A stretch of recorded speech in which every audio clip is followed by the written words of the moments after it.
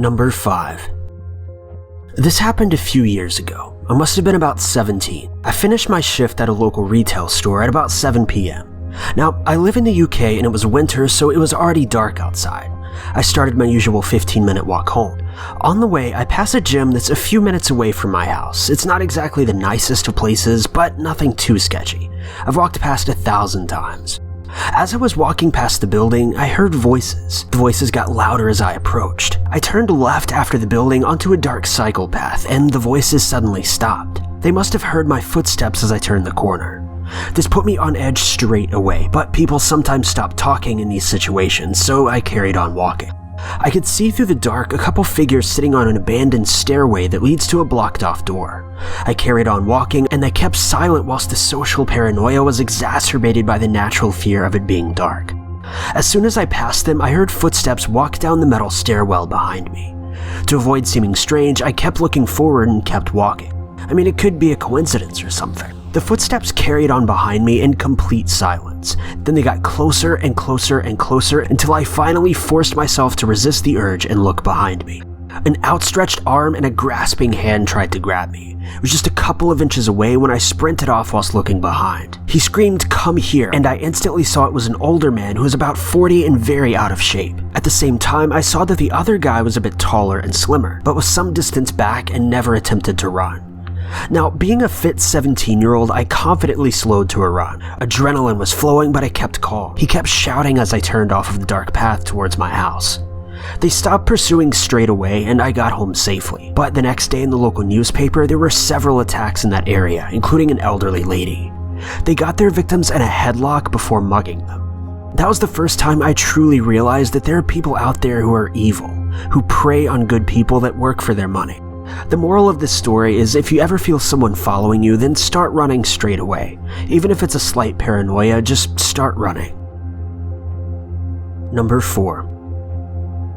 This all happened about 3 years ago, when I started working at a small financial institution for my college co-op. I had to have 2 semesters of work that was relevant to my major.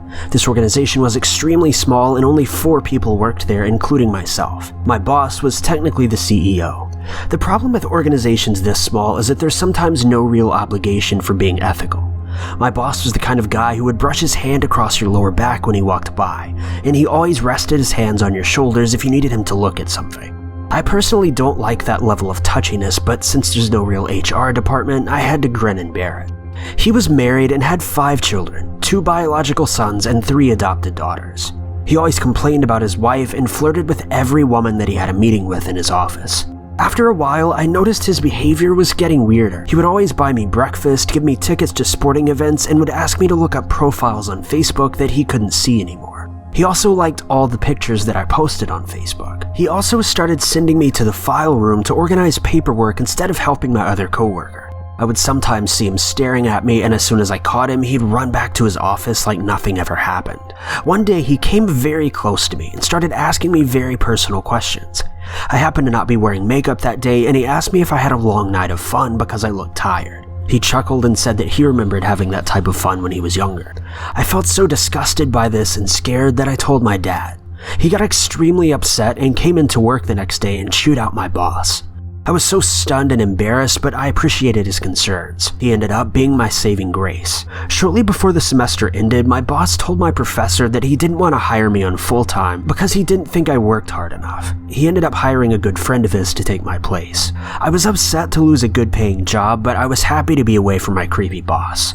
Well, a few months later, I came back to close my account there, and I noticed that one of the board members was in my boss's office. The board member had their own desk and belongings everywhere. I was really confused, so I asked one of my coworkers what was happening. Turns out my boss was arrested for taking advantage of his 11-year-old adopted daughter. His wife walked in on it happening, and she later found multiple videos of various incidents. So, creepy boss, let's not meet again. Number 3. I was about 6 or 7 years old when this happened. I remember my grandmother picking me up from school early that day. I used to fake sick all the time to get away from being bullied at school. Whenever my grandmother would pick me up from school, we would almost always go to McDonald's. It's right by the interstate, and since we lived 30 minutes away from my school district, a snack was necessary. If we had time, she would let me play in the huge play place complexes. She knew right away that I wasn't sick, and I fessed up that some of the kids were calling me a fag and were threatening to beat me up at recess, so I made myself vomit in the hallway on the way back from lunch. That being said, I was very hungry and a chicken McNugget and a cold Coke were the only things I could hit the spot. Nanny felt bad and decided to let me play by myself in the play place while she was ordering food, but that was a big mistake. I was young and very naive. I would literally be your best friend regardless of who or what you were. It wasn't until later in life when I got my wits about me. I walked into the play place and there was a man sitting at the lower entry of the complex. He had a red, close-shaven beard and a receding hairline. He shot me a smile and waved me over as I was walking in. He said, "Hey buddy, did you want to go in here and play follow the leader with me?" I told him yes, and he turned around quickly and entered the complex. I followed him, but he was really fast. I figured he was probably going to the pink slide at the very top of the structure, so I tried to find a better way to beat him there.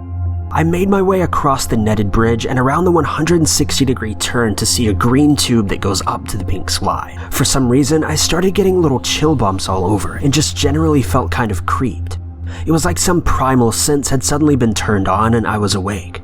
Stupidly, I kept inching my way forward to play follow the leader, which obviously I'm not very good at.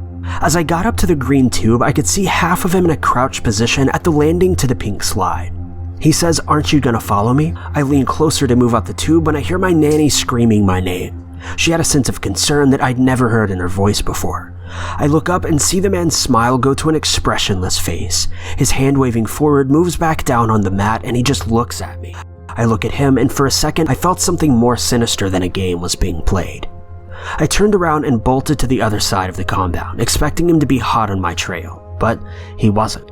I made it to the exit where he had to climb down platforms to get out of the complex. I could see my nanny and a few employees standing in the play area. She asked me what was going on. She had seen a man moving through the structure and knew I was in there alone. I told her that I was playing follow the leader and was perfectly fine. I wanted to actually go back and finish playing at this point despite what I had just felt. Nanny told the employees that adults should not be playing in there with children if they didn't have any of their own kids, and grabbed me by the arm and left. I got my nuggets, but we didn't go back to that McDonald's for like a month. Number 2. The night before the invasion, I hadn't gotten any sleep because my friend was visiting for my birthday and snored like a train, so I was absolutely exhausted the next day. I went about my day, but that night I had to change my routine because I was super tired. Usually I would be up until 6 a.m. just doing things, taking a shower, whatever I felt like doing. I live in student housing and because it was the summer, it was only me and my other housemate, who I'll call Drew, living there. Anyway, my bedroom is close to the kitchen, so I can hear everything going on outside of it. That night, I was in some very deep sleep because usually any noise wakes me up. I remember vaguely hearing cabinets being opened and closed and the jiggling sound on my doorknob. I thought I was dreaming all of this up, but I didn't think anything of it until much later. At about 6 a.m., I woke up to the sound of my phone going off, and the first thing I read was a text from Drew saying police are coming. After reading this, I was wide awake. I asked Drew why, to which he responded, "We've been robbed." Let me tell you that Drew is a very promiscuous guy. He wanted some action at about 5 a.m., so he decided Craigslist was a great place to find somebody. He ended up finding somebody and decided to meet at our home. Drew gave the guy our address, but at the last minute, the Craigslist guy told Drew to come to his place instead, so that's what happened. Craigslist guy gave Drew the address and told him he would meet him there in 15 minutes. Somewhere in this conversation, Drew tells the guy that he had a female roommate, me, who was at home as well. From my past experience with Drew's partners, they always seem to ask if other people are home. But anyway, as Drew leaves, he doesn't lock the front door, and he never locks his room door either. Drew goes to the location, but the guy never answers the door, so he comes back home. When Drew gets home, he notices the shoes by the front door are in the wrong place, and certain things in the kitchen just look weird. He enters his bedroom, and it's a mess. His valuables like his laptop are gone, and things are scattered all over. He called 911, but the police couldn't do anything because it's student housing and we don't have cameras. So it turns out the Craigslist guy was a burglar. And I didn't dream up the cabinet sounds or the jiggling doorknob. It was the guy going through my home. I get paranoid being home alone now, and I have Drew to thank for that. So don't use Craigslist for hookups, or if you do, don't be like Drew. Be smart about it. Number 1. I was about 5 years old or so, living at Fort Bragg. My dad was in the service at the time. We lived in a tiny apartment and had a bit of a wacky old neighbor who was a really weird guy, but up until this point he hadn't done anything astonishingly bizarre. He was a heavy drinker and a lonely man. I have a younger sister, and both of us were down for a nap, and my dad was sleeping as well, and my mom was getting ready for her night shift at Walmart at the time. She heard yelling in the apartment next door and just assumed it was the older guy having a PTSD episode, which happened on occasion.